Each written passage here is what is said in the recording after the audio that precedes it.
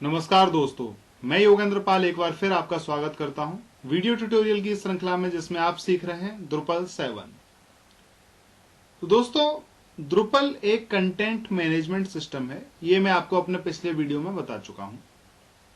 Drupal को install करने के लिए एक सर्वर की जरूरत होती है। तो सबसे पहला स्टेप जो Drupal इंस्टॉल करने के लिए हमको लेना पड़ता है वह है एक सर्वर को अपने कंप्यूटर में इंस्टॉल करना। एक ऐसा सर्वर जो PHP और MySQL को सपोर्ट करता हो, क्योंकि Drupal PHP और MySQL को सपोर्ट करता है। हालांकि धीरे धीरे जैसे आप Drupal पर काम करेंगे तो आप जान जाएंगे कि Drupal और भी कई तरह के डेटाबेस को सपोर्ट करता है और आप विंडोज बेस्ड सिस्टम पर भी इसको इंस्टॉल कर सकते हैं। तो फिलहाल हमको जिस तरह के सर्वर की रिक्वायरमेंट है उसमें Apache, PHP और MySQL ये तीन कंपोनेंट होने चाहिए। Apache वेब सर्वर है, PHP प्रोग्रामिंग लैंग्वेज होती है और MySQL डेटाबेस है। तो ये तीनों ही चीज या तो आप अलग अलग इंस्टॉल करते हैं या फिर ये कंबाइंड रूप से आती हैं। कई तरह के सॉफ्टवेयर होते हैं, तो इस तरह का ही एक सॉफ्टवेयर है XAMPP सर्वर, XAMPP सर्वर। यदि आपने Drupal 7 सीखने के लिए मेरी सीडी परचेस की है तो उस केस में आपको यह फाइल इंस्टॉलेशन फाइल्स डायरेक्टरी के अंदर मिलेगी, वहां से आप इंस्टॉल कर सकते हैं। और यदि आपके पास इंटरनेट की फैसिलिटी है, यदि आपके पास इंटरनेट उपलब्ध है, तो मैं चाहूंगा कि आप इसके लेटेस्ट वर्जन को डाउनलोड करें। तो डाउनलोड करने के लिए मैं आपको लिंक दे देता हूं। XAMPP आप सर्च कीजिए गूगल में। सबसे पहला रिजल्ट आपके सामने जो आएगा वो Apache फ्रेंड्स का रिजल्ट होगा, वह Apache फ्रेंड्स होगा। क्लिक कर दीजिए इस पर, तो आपको apachefriends.org पर ले जाया जाएगा। आप चाहें तो इस एड्रेस को नोट कर लीजिए, apachefriends.org डायरेक्ट टाइप कर सकते हैं, सर्च करने की जरूरत नहीं पड़ेगी। और उसके बाद आप देखिए इंस्टॉलेशन विंडोज के लिए, तो देखिए XAMPP फॉर विंडोज है, यहां पर है। क्लिक कर दीजिए इस पर और यहां पर नीचे आप जाएंगे तो आपको इंस्टॉलेशन फाइल्स मिल जाएंगी। ये देखिए यह इंस्टॉलर है, इस पर क्लिक कर दीजिए, वह फाइल डाउनलोड हो जाएगी जो कि पहले से ही मैंने आपको सीडी में दी हुई है। अथवा XAMPP सर्वर का लेटेस्ट वर्जन डाउनलोड हो जाएगा। उसके बाद आपको इसको इंस्टॉल करना है। तो इंस्टॉलेशन का प्रोसीजर काफी सिंपल है, फिर भी एक बार इंस्टॉल करते हैं। तो डबल क्लिक करना पड़ेगा आपको XAMPP आइकन पर। तो डबल क्लिक कीजिए इंस्टॉलर पर।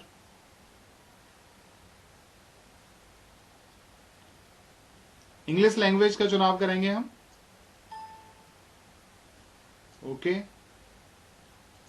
सेम प्रोसीजर नेक्स्ट कीजिए। यहां पर आप देखिए डेस्टिनेशन फोल्डर C ड्राइव में XAMPP डायरेक्टरी है, आप चाहें तो बदल सकते हैं। Create a XAMPP desktop icon, जी हां मैं बना लेता हूं। स्टार्ट मेन्यू में भी हम XAMPP फोल्डर को रखेंगे और इंस्टॉल कर दीजिए।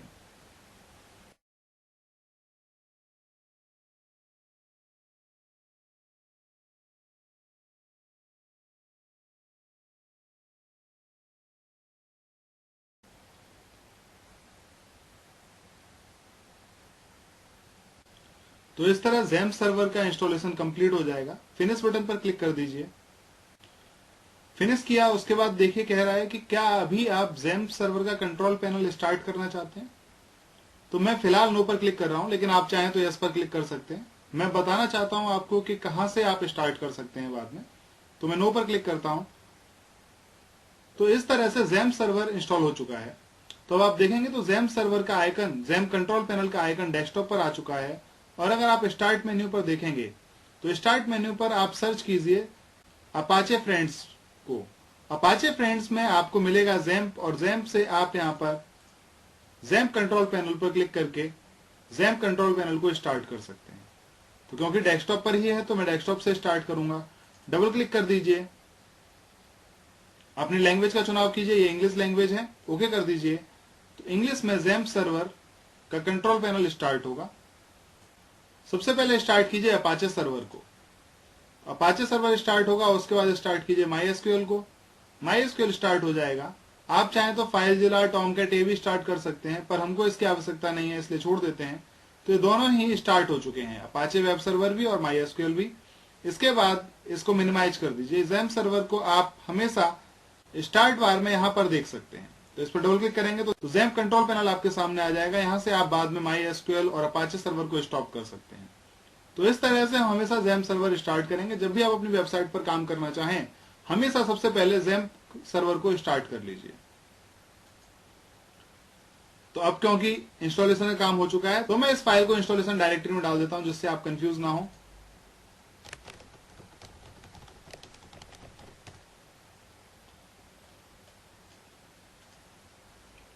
सीडी में यही फोल्डर आपको मिलेगा जहां से आप सभी सॉफ्टवेयर्स को जो भी रिक्वायर्ड है वो उन सभी सॉफ्टवेयर्स को आप यहां से इंस्टॉल कर सकते हैं। तो अब जबकि हम XAMPP सर्वर को स्टार्ट कर चुके हैं तो अब नेक्स्ट काम है हमारा उसको कॉन्फ़िगर करना। सबसे पहले टेस्ट करते हैं क्या XAMPP सर्वर स्टार्ट हो चुका है। बहुत आसान है टेस्ट करना। आप कोई भी ब्राउजर खोलिए और उस पर लिख दीजिए लोकल होस्ट। यदि लोकल होस्ट लिखने पर यह स्क्रीन आपके सामने आती है तो इसका मतलब है XAMPP सर्वर आपके ऑपरेटिंग सिस्टम में सक्सेसफुली इंस्टॉल हो चुका है। यह सिर्फ पहली बार स्क्रीन आपके सामने आएगी।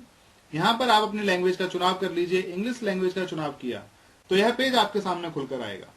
इसको बंद कर देते हैं और एक बार फिर से चेक करते हैं लोकल होस्ट लिखकर और देखते हैं कि क्या स्प्लैश वाली स्क्रीन आ रही है। तो देखिए इस बार स्प्लैश स्क्रीन नहीं आ रही, डायरेक्ट आपको XAMPP के पेज पर ले जाया जा रहा है। तो यह पेज आने का मतलब है कि XAMPP सर्वर आपके ऑपरेटिंग सिस्टम में सक्सेसफुली इंस्टॉल हो चुका है। तो XAMPP सर्वर पर कोई भी वेबसाइट बनाते समय आपको यह भी याद रखना पड़ेगा कि XAMPP सर्वर कहां इंस्टॉल किया गया था। तो मैंने इंस्टॉल किया था सी ड्राइव में XAMPP फोल्डर में। एक बार देख लेते हैं क्या यह फोल्डर बन चुका है। सी ड्राइव में